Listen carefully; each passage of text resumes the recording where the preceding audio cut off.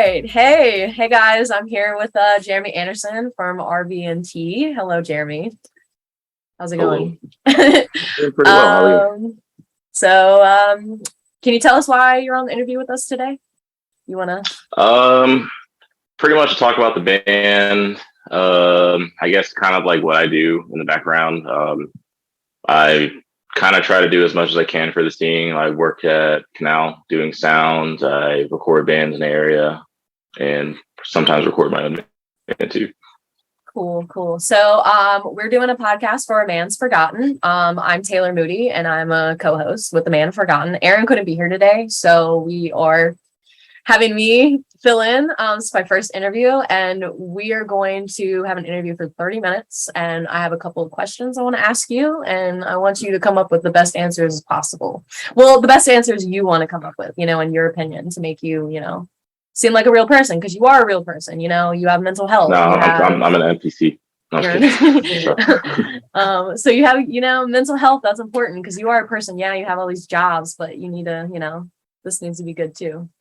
So Nice. let's go ahead and start with how long have you been doing your production for RVNT and any bands you've worked with?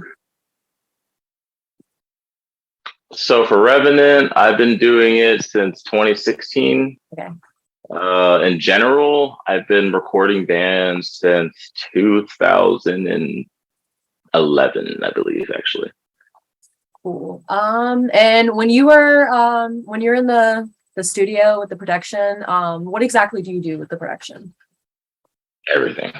Okay. So basically for Revenant especially, I'm not even an original member.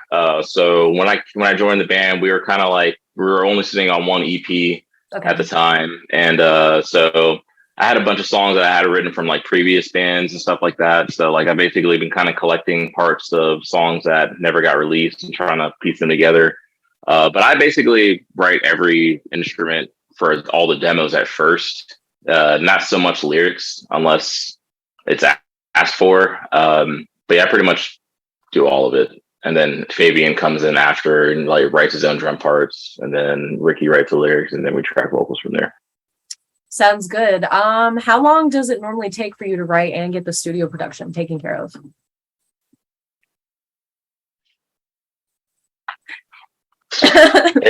It really depends.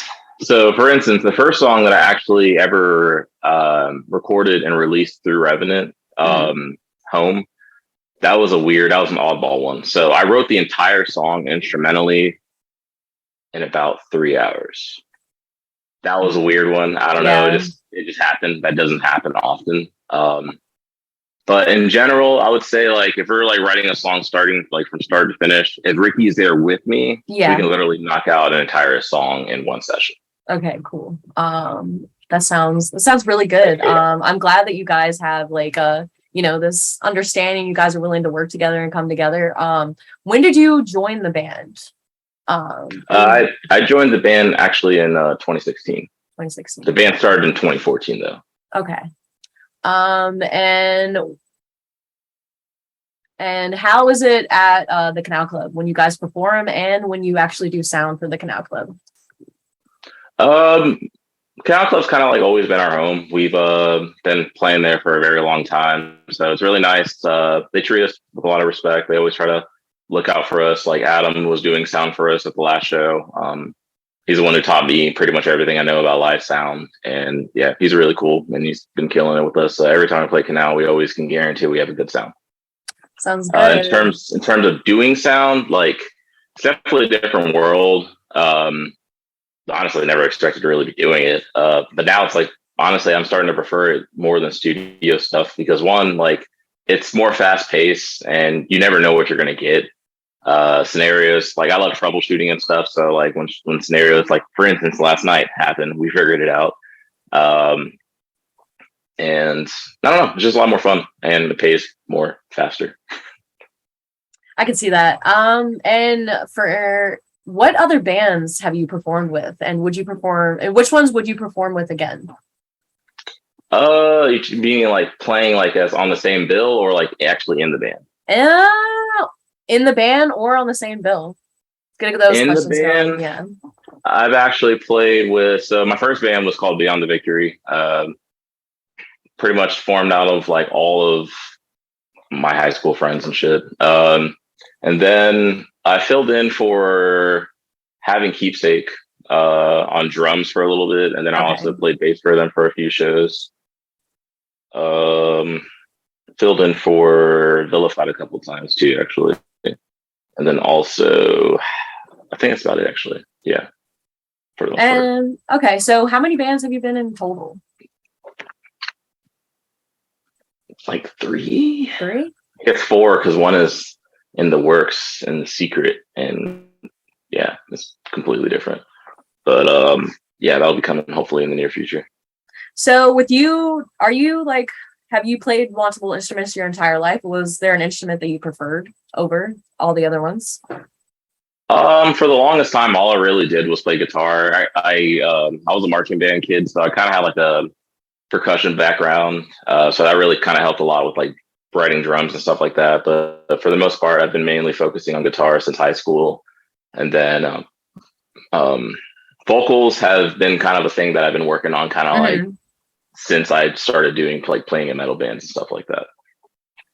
So do you, does everyone come together to write the vocals and instruments first, or does everyone, come together eventually and just do it all in one sitting? It's gonna be real. It's usually just me. So I do the primarily all the songwriting, and then Fabian has written a couple of our songs. But pretty much it's just me lay the whole thing out, demo it out with Ricky, and then I have Fabian. I send him the song without drums so he can write his own drum parts to him. But other than that, it's pretty much just me and Ricky actually doing the tracking. All right. So you also, you came into the band a little bit later. Did Richard as well come into the band a little bit later? He's actually brand new. We literally just announced him finally being in the band, like pretty much last week. And how would you say the chemistry is with everybody? Chemistry right now is really awesome because like, I mean, although we give each other shit, because we always do. Yeah. I feel like in terms of how we all work together on stage and just how we are on tour, I feel like it's the most stable lineup we've ever had. Okay, cool. So I noticed that you've also done sound for, the Canal Club, but I also see you've done sound for I Set to Kill with their tour. How did that go? That was so random. So, all right, so I just started doing live sound back in July, like period. So the way this happened was I got hit up by our manager. We have this management I Set to Kill. And they're asking, like, hey, if they can't find a sound guy for this tour coming up, would you like to do it? And I was like, what? Because I was like, I'd never even thought about the idea of touring already or doing anything like that. Yeah. So I said yes. So I was kind of like, okay, let's see what happens. And then like it was pretty much 10 days before the tour. So I never met them, never talked to them or anything before. So it was really random. They flew me out all the way to Arizona. Yeah. We didn't have a chance to do any rehearsals, unfortunately, but pretty much just got thrown right into it. First show was in California. It was a lot of fun. It was very nerve-wracking at first because I did not know what to expect, because usually as a sound person, you would have your own like console. Yeah. I didn't. So I was basically hoping that every venue we went to had a console I'm familiar with, or I was going to be fucked. Luckily, I only had 2 situations where it was a console I wasn't familiar with. But luckily, the people that I worked with at that venue, like for instance, Black Sheep in Colorado, it was with this guy named Brandon Poe, who is a front of house sound guy for Avoid, actually. So he helped me out. Really cool dude. And yeah, he actually gave me his scene for that board. So if I ran into another board, I would be prepared. And sure enough, the next day was literally the same board. Yeah. So it was really cool. I really appreciate him. And he's looked out for me. And definitely when Avoid finally came here, definitely gave him a warm welcome. And because Adam, actually, the main sound guy at Canal, he's like a fucking diehard Avoid fan. So that was really cool to have. That sounds really cool. And with doing all this connections, do you feel like networking works in this industry? It's the only way to work in this industry, honestly. And I would say being humble and being a personable person, it will take you so much further than just being able to have a resume and just being able to like, I did this. Like, people want to work with people they can get along with because it's nice to have someone who can do their job, but it's also another thing to be able to deal with them on a day-to-day basis. Yes. And with like these interviews, like we're trying to make you personable, you know, we're trying to expand your, you know, popularity. We're trying to expand this popularity, you know, we're all need to work together and come as a community. And I think humbling yourself and being nice with everyone and having an open mind helps too. Because I mean, there's a lot of hate in the world and, you know, we all just need to come together and like really like sit down and be like, hey, maybe we need to be nicer to people, you know, especially in the metal scene. I've noticed it's more, you know, a little bit more angrier. But, you know, like we all, you know, we're all people, you know, not every metalhead is a mean person. And we're trying to. Exactly. In fact, some of the metalheads are some of the nicer people on the planet. Exactly. That's what I try to tell people. It's like, I mean, yeah, we look scary, but I mean, like, we're great people. We want to see the world do good. And like, I feel like you working with all these bands, you're trying to reach out with your helping hand and trying to build your own community. And that's what A Man Forgotten is basically about. You know, there's artists from all over the place coming into this podcast and we're not even asking for anything. Just be here, listen us out. Let me get you in the video and see how you do. And more people will follow you. That's all we really need to do. So I think that's really cool. Yeah. It's really cool to see that happening. Yeah, I think once you know, we get more, you know, different types of genres too in here, I think that the genres will spread out a little bit because we're not just for metal, you know, we're also for like the other local artists and in the scene trying to, you know, break it out. With saying all that, what do you recommend for these bands trying to get out there? The biggest thing I'll say that will help is invest in good gear immediately. And then the second step after that is just network and reach out to people, but don't be overbearing in the process. Yes. It's definitely important to try to get yourself out there, but like sometimes you can overdo it and then you can kind of burn a bridge before you even get a chance to make a connection. That sounds about right. And we're speaking with that, with networking, what would you say is your favorite venue going to and performing?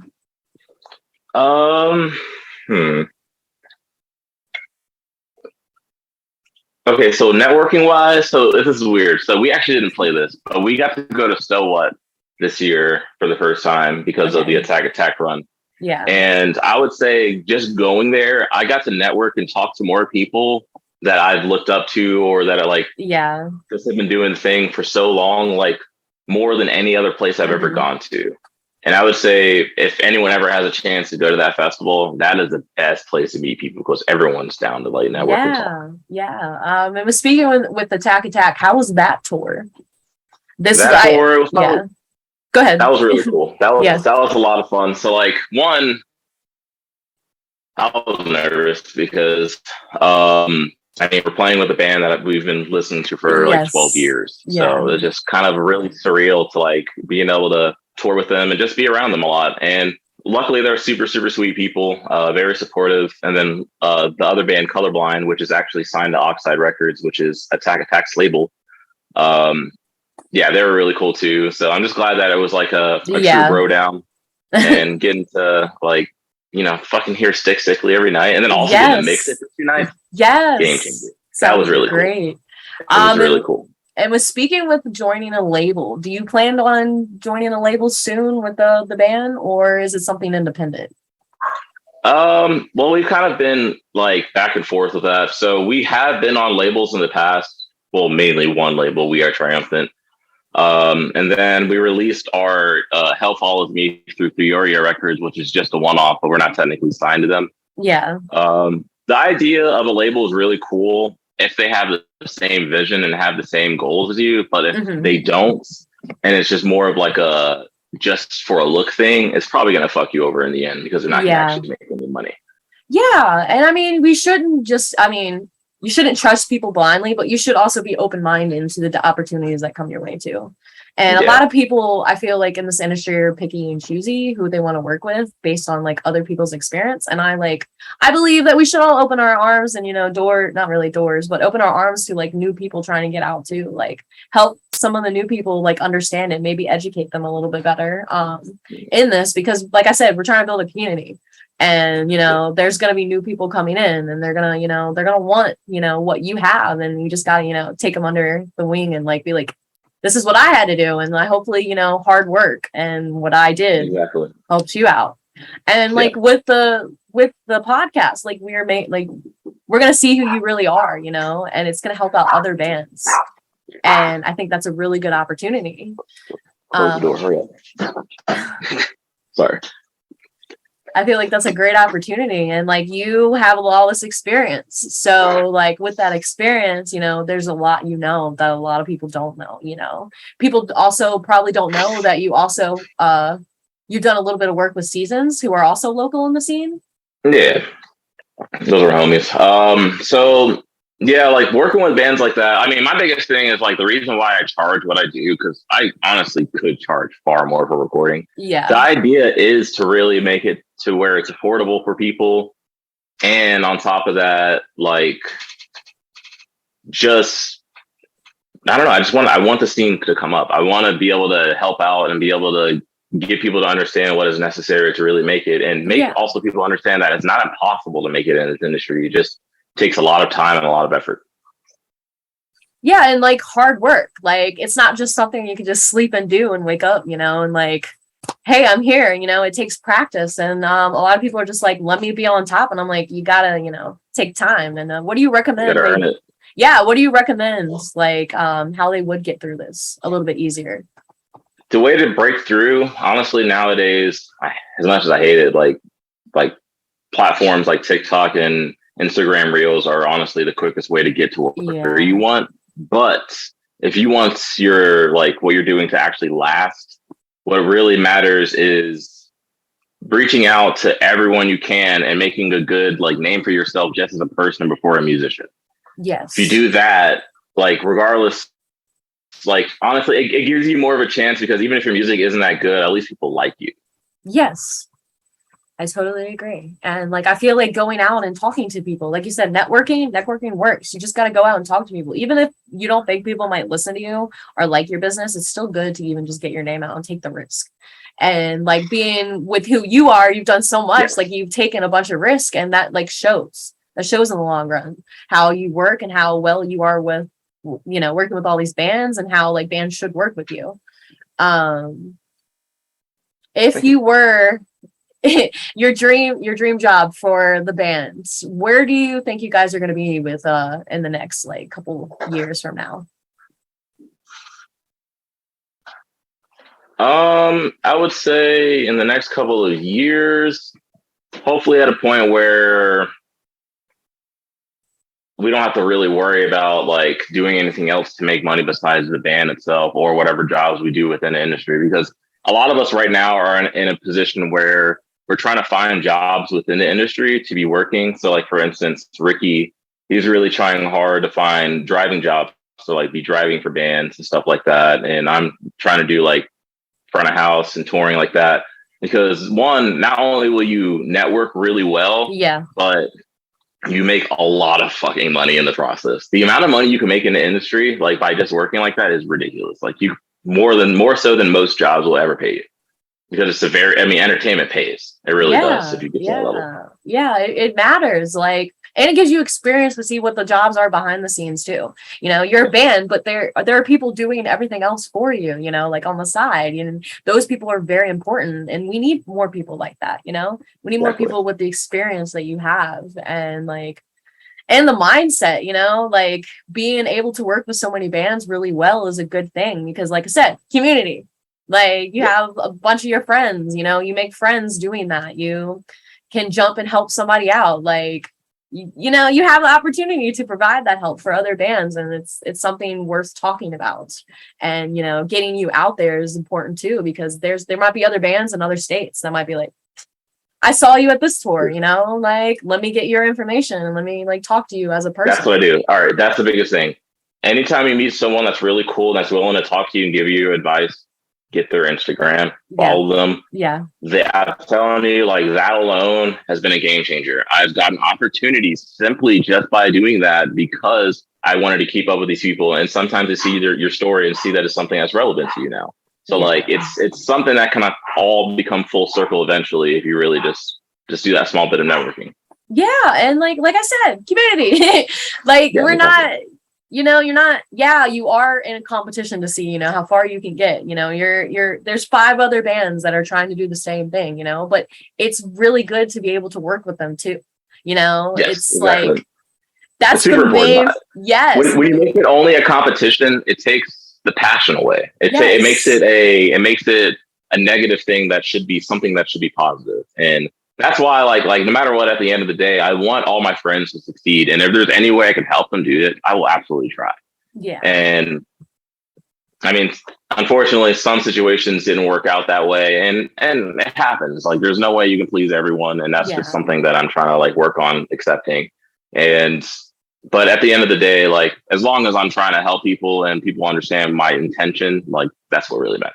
Yeah, I see it based on your experience. And what is your favorite part of doing what you do? I just love writing good ass music and like making or like taking ideas that people have and expanding on them to make it more of what they want, just to really kind of take that and just it's really an inspiration thing. It's like I love making people happy with music. That's good. And did you like go to school for any of the stuff, or was this all self-taught? All right, so I have a story. Full Sail University, the biggest waste of time ever. Yeah. So like when I did Full Sail, I did it for about a year. I had already been recording like for, I would say probably like a year and a half by then. I didn't learn anything that was actually useful whatsoever from that school. So pretty much everything that I have done since then has been self-taught.